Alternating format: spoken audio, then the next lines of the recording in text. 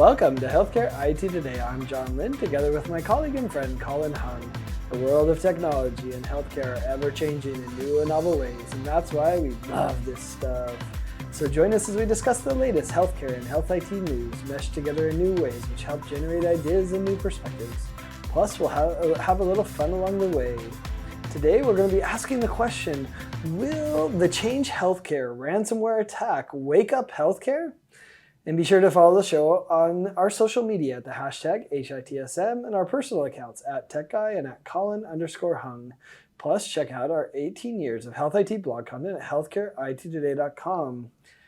Have you ever been breached, Colin? No. Well, actually, I have. Yeah, I have, but not in healthcare related. It was a rental car company way back in the day that lost a laptop and had credit card information on it. But, yeah. But not a healthcare one, thank goodness. I've had some WordPress ones, but luckily we don't have any PHI, so that wasn't an issue. It was painful, right? Recovering from it. WordPress had some leaks, and it depends on your hosting and everything. That was painful, and it's just so hard when it happens. And I've said this about it. It's like, man, this world would be so much better if people were just honest, but unfortunately they're not. So we're here today. No, but on that topic, John, like it's been months, right? It's been months since the Change healthcare incident has happened, and yet we're still recovering, and it's still in the news, and it's still there. So tell me a little bit from your perspective. What are you seeing happening right now? Yeah. Well, I think United Healthcare would like for it to be gone. Although you go to their dashboard and a lot of their services are still down. In fact, I think the majority, at least according to their dashboard, which I feel like they'd want to update as quickly as they can. So you look at that and you're like, well, what does that even mean? And what's the extent? I don't think we even know, right? Like, I don't think we know how many are being impacted, how many have done workarounds, how many are doing phone calls, whatever, right, to try to solve this. But I think what's happened is that a lot of healthcare organizations have been extremely educated on where their revenue cycle really comes from and how much cash they depend on from the revenue cycle for their operations. And to United's credit, they've done billions of dollars of loans, if you will. Is it a loan if you're not charging interest? I'm not sure exactly how you structure those. And are they going to charge interest? How are they going to get payments back? There's for being so long, there's a lot of stuff we still don't understand that I feel like we probably should. Yeah, it does seem like there are certain elements that are not. I won't say transparent. That's the wrong word, but just not clear. Right? We're not clear. Maybe it's not clear to them. Yeah, it's true. I mean, and let's be honest. This thing happens so fast. They were flying by the seat of their pants, right? Like, paying the providers because they weren't getting any revenue. I think that just something had to be done. So I don't think people were too worried about what the terms and the conditions were. But it is kind of scratch your head, kind of like, well, how are they going to collect this back, right? Like, is it like a percentage over a year? Is it like no? For like 2 months later, you're not going to get any revenue because that's the month they're going to take it all back. Who knows? I'm sure they'll figure it out, and hopefully it'll be equitable. But it is surprising that it's taken this long to get the systems back up and running. Yeah.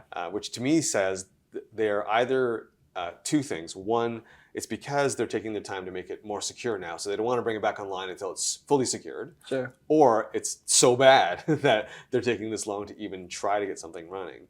The other thing too, a little bit of me, the conspiracy theorist to me is saying maybe they haven't advertised it on their dashboard because they don't want those same players to know, right? Because as soon as you add it back, and now that everyone knows that by taking down Change, you can take down half the industry or more. Yeah.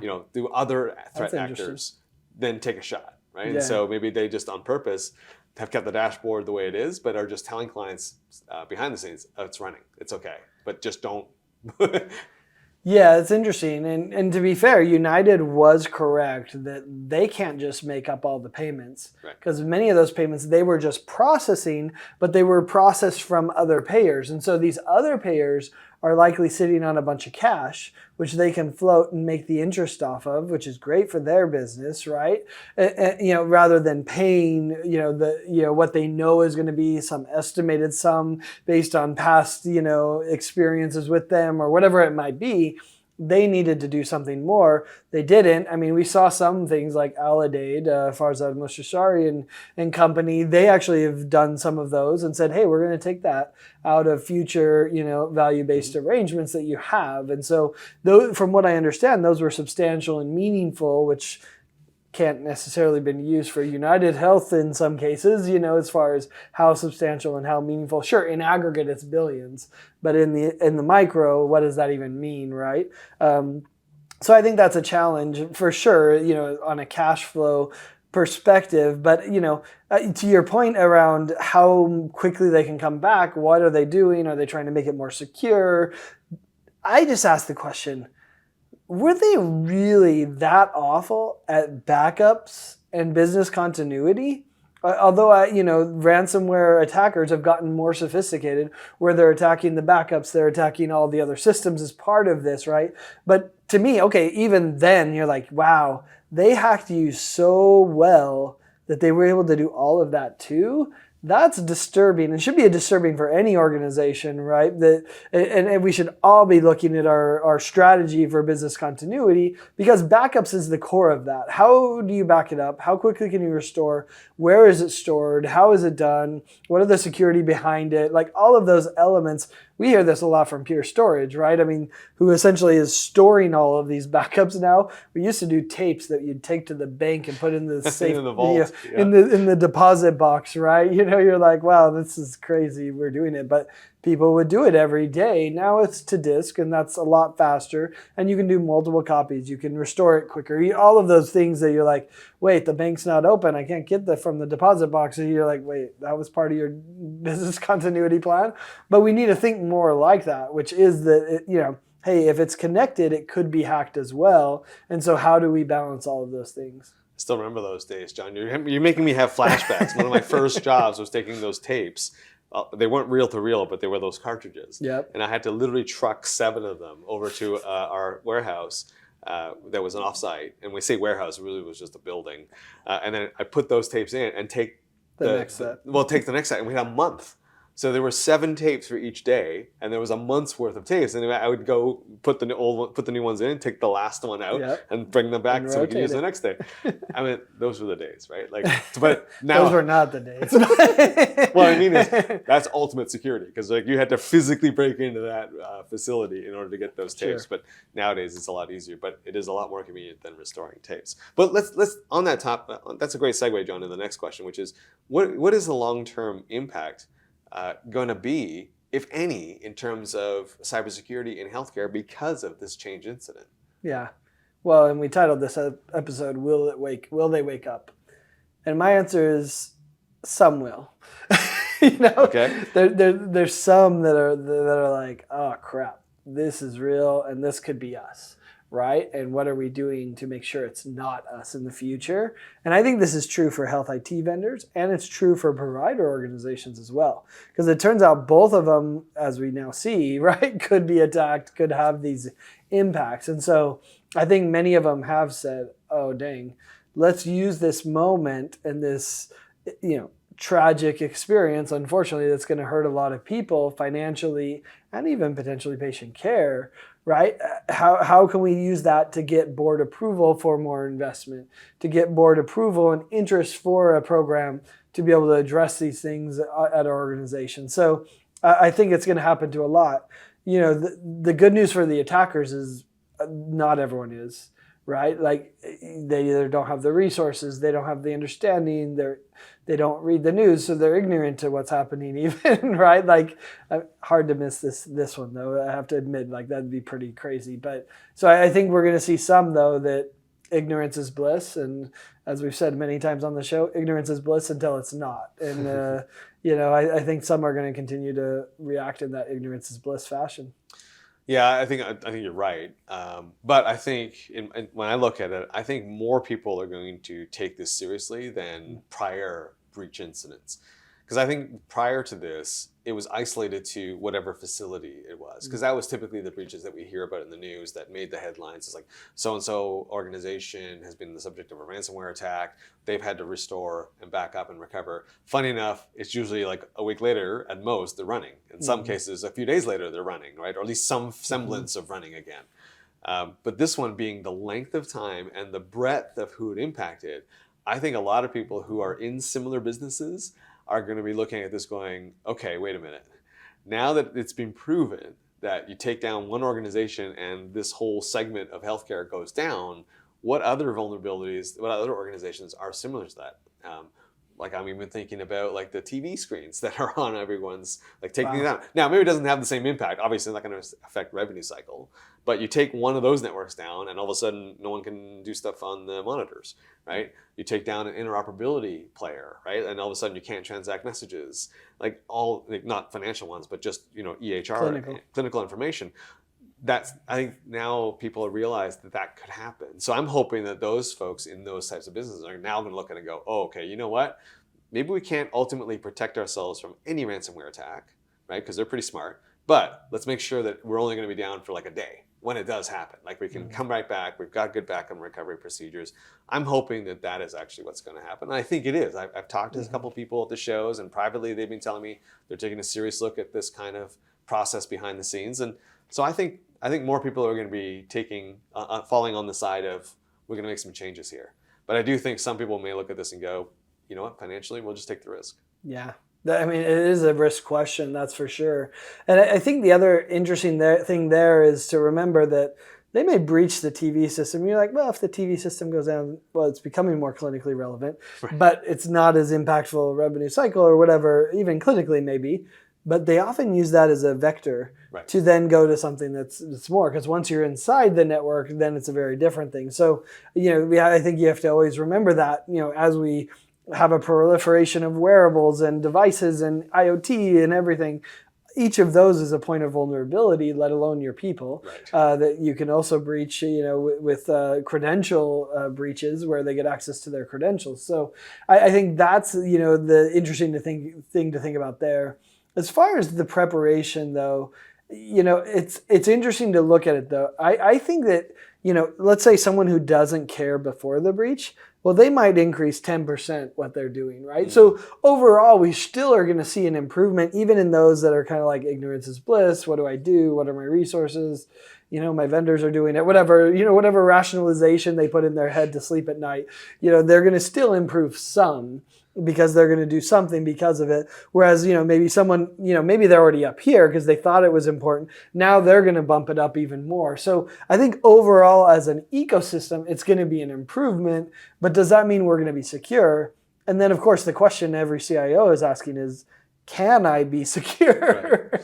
And I think everyone's of agreement basically now, which is that we can't be 100% secure against every attacker. So the question is, okay, if the breach happens, what do I do? What are my detection? What's my recovery? All of those topics come in. But even then, I think we're going to see a general overall improvement across all of healthcare, but maybe not where it should be for some. Uneven distribution, in other words, right? Yeah. Some parts will be much better, other parts may not be improved. I will have to say this before we head on to the next topic, John. Putting aside just maybe a little bit of the transparency and the outward stuff, I have to give a little bit of credit to Change in United. We've seen them at the conferences. They have not shied away. It would have been very easy for them to just cancel their appearances, right? Yeah. But they have been there, and I don't envy them, but they haven't shied away from facing up to like their customers and answering questions and trying to provide them some information. So I give them credit for that, because it would have been very easy for them just to go, okay, we're not showing up to the conference anymore. Well, and what's interesting that we always forget about is after a breach, that organization generally becomes the most secure organization that exists. Right. That's true. So like there's a few exceptions, right, where it's like, wow, how did they not wake up after that breach and address these issues? But generally what we see is that, especially with an organization the size of Change, is that after the breach, they go through with a fine-tooth comb and become essentially the most secure. It's kind of like quality, right? When patient quality becomes an issue, guess what? They go through everything and improve the quality to ensure that, and so like, even though they maybe had some bad quality issues, afterwards they become essentially a really, really quality organization. I think the same is true with security. Yeah, I think so. And hey, if you're just tuning in, you're listening to Healthcare IT Today with John Lynn and Colin Hung. Today we're talking about the Change Healthcare incident, and we're kind of dissecting it a little bit to see whether or not healthcare is really going to change because of what happened to change. So John, let's move on to the next question. And that is, will this incident change how healthcare organizations approach RCM? So not so much from the cybersecurity side of things, but more from the RCM side of things. Let's talk about that. Well, I mean, to your point, we're going to see some change. I just loved your pun too much, but like we have to, right? And what I think what happened, this really feels like a replay of the old internet days, where you needed some internet redundancy, right? So you'd go provider A of your ISP, and you're like, okay, that's great. I'll get a 10 gigabit connection with you, and I'll get 5 over here with ISP B, and you're like, oh great, now I got redundant connections. And then someone digs up a pipe, right? And then you realize, okay, it was redundant here, but then as you got back, it was the same line. That's what we discovered with change, is that we thought we had RCM vendor 1 and we had RCM vendor 2, and that, hey, we got some redundancy. So if this one fails, we can go here. Then you realize, wait, in the back, they're all connecting and they're interconnecting, and change is processing half of the payments from vendor B, and vendor B is processing some from change. And so, I think that is going to be an eye-opener when it comes to RCM, to say, hey, we do need true redundancy for our revenue cycle, because if we don't want this to happen again. And this revenue is really important. Some organizations are certainly the haves and the have-nots, but some of them are working off of the revenue as it comes in, and that becomes really problematic. Yeah, it's interesting you say that, because I think that is the biggest wake-up light bulb moment, was when people realized how much change is back there, processing everyone's payments. And it's not Change's fault. I mean, they're just signing up businesses, right? Sure. But I think, well, they acquired a few. But to your point, I think one of the biggest impacts of this on the RCM process is the recognition of risk analysis and risk assessment in RCM, which has not traditionally been an area where you had to do a lot of risk assessment. But I think this incident is really going to prove, okay, we really need to go deeper here in our risk assessment. Who is back there processing? How many people do we have? What is our backup plan?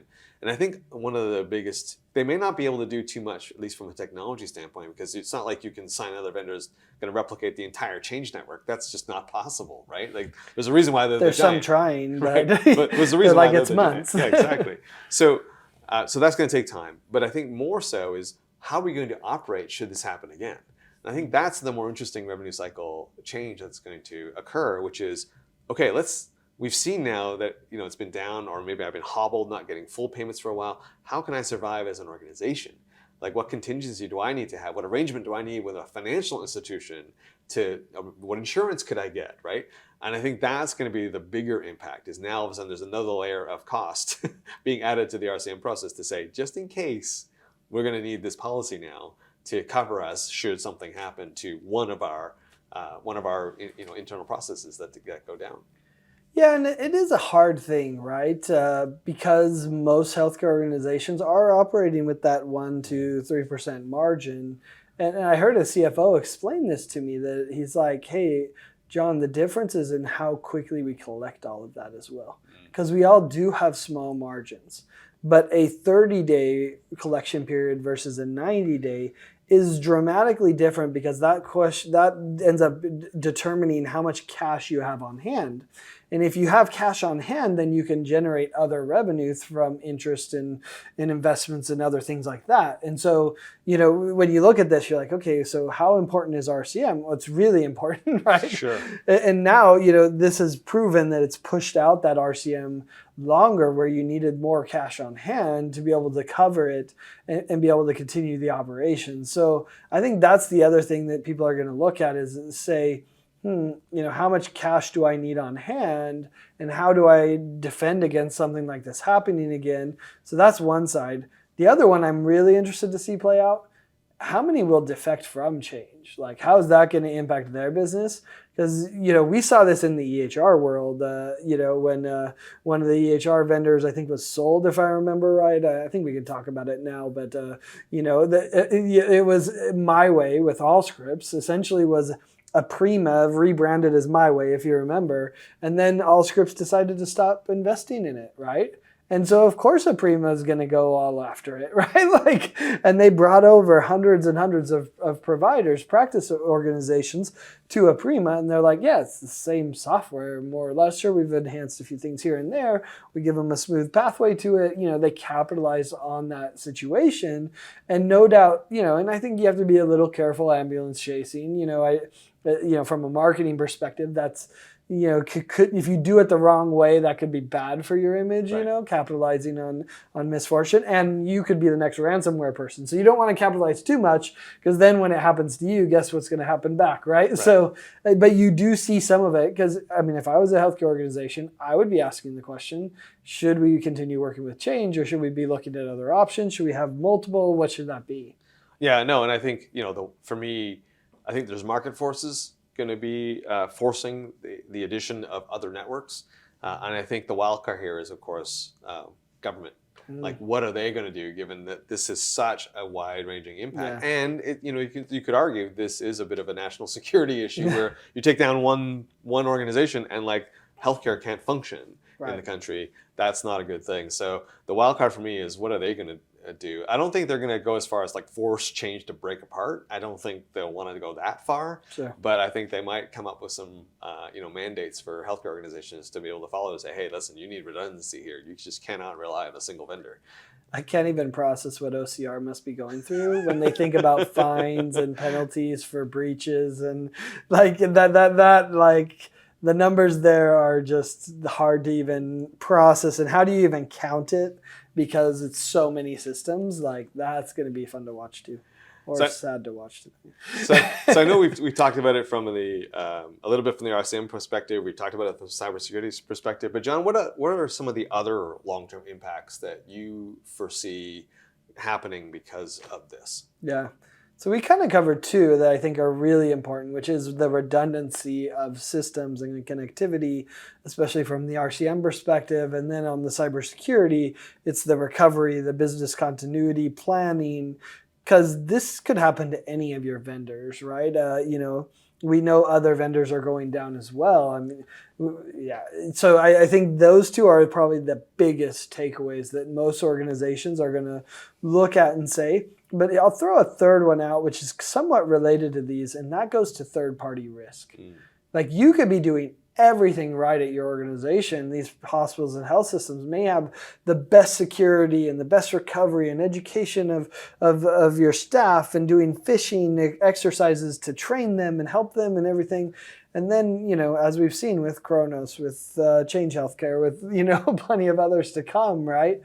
Like, if you haven't assessed your third party and the risks that they have, Sentinet's been on this for a long time, talking about how do you assess the third party and how do we do that at scale. Like, I love how Sensinet actually shares it across multiple organizations, so you can see what each organization's doing to assess their, not just that they say that they've done it, but what have they done, and having an attestation, having some proof of what was actually done, and that it's going to continue on. Because a lot of times you do the assessment when you do the acquisition of a new product, and then what about a year from now, 2 years from now? How are you assessing that third-party product to make sure that they're, one, continuing what they said they were doing, and two, that they've implemented new things as the security landscape changes? Well, that's a good one. I can't really think of anything to top that, other than where my mind went to on this question was really around what is the backup to the backup. Like, it's one thing to say, hey, listen, I want to bring the full system back. And that's noble, and we should definitely strive to make that as fast and as seamless as possible. But I think we're going to go back to the days of tape. What would happen if we didn't have those tapes? Well, the answer was there was another backup. There was some other hobbled way we can continue if we weren't able to fully recover the system. And I don't know what that looks like here. Maybe it's some old we use faxes, maybe we use some, but how can we still process payments, maybe albeit at a slower pace, or use human power to do it temporarily? I don't think enough has been thought about in terms of those types of backups. And so one of the long-term impacts I think is going to be happening here as people look at their own risk assessment is we're going to see the growth now of this kind of backup. To say, okay, if this happens again, all of a sudden we got to spin up this emergency center. We're going to have we're going to staff it with these 15 coders or 400 coders or whatever the answer is, and all of a sudden we're going to be able to continue to function while the system comes back. Because right now, I think people just fell off a cliff. They didn't know what to do, right? There was no real thought of what happens if this whole system goes down. How do I process a payment? Nobody had a fax. Anyway, I think that's what's going to happen in terms of a much more longer term. We're going to see some return of these old manual systems, much like how right now we still have the ability to function when the EHR goes down. Right? All hospitals know they have a policy or a process in place to say, when my system goes down, I know how to do this with paper, albeit a lot slower and worse, but then I know how to also recover and put that information back when the system's back and running. I think we need that. Well, and some have better for that and worse. But I think to your point, though, the customers are going to start demanding that of the payers, for example. Like, hey, what is your backup process for me if I can't do X, Y, Z, right? Like, you know, I think that's going to be a different conversation than maybe was had previously. And they're probably going to have to fold in. And it's going to be sad, unfortunately, because that's going to be some waste to some degree, right? Because it's expensive to build out those processes that you hope to never use, right? Like, and I think that's maybe part of the mindset shift is like, hey, if you don't invest in this, you're going to pay more in the long run. So we need to do it now. That's the balance that, you know, but hopefully we were pushing it off on the vendors, but then verifying that they work. Well, John, we're at the end of another episode. Can't believe it. And this has been a lot of fun doing it in person. So, always fun to do it live. Yeah, always fun, much more fun. So for those of you that were just listening and not watching, John and I are actually in the same room here in Las Vegas, which is amazing. But anyways, thank you to all of you who tuned into this episode of Healthcare IT Today. You can find out more about our program by going on the programs page at healthcarenowradio.com. Also, please engage with us online at healthcareittoday.com or on social media using the hashtag HITSM. I'm Colin Hung, along with my health IT collaborator, John Lin. Thanks for watching, and we'll catch you next week.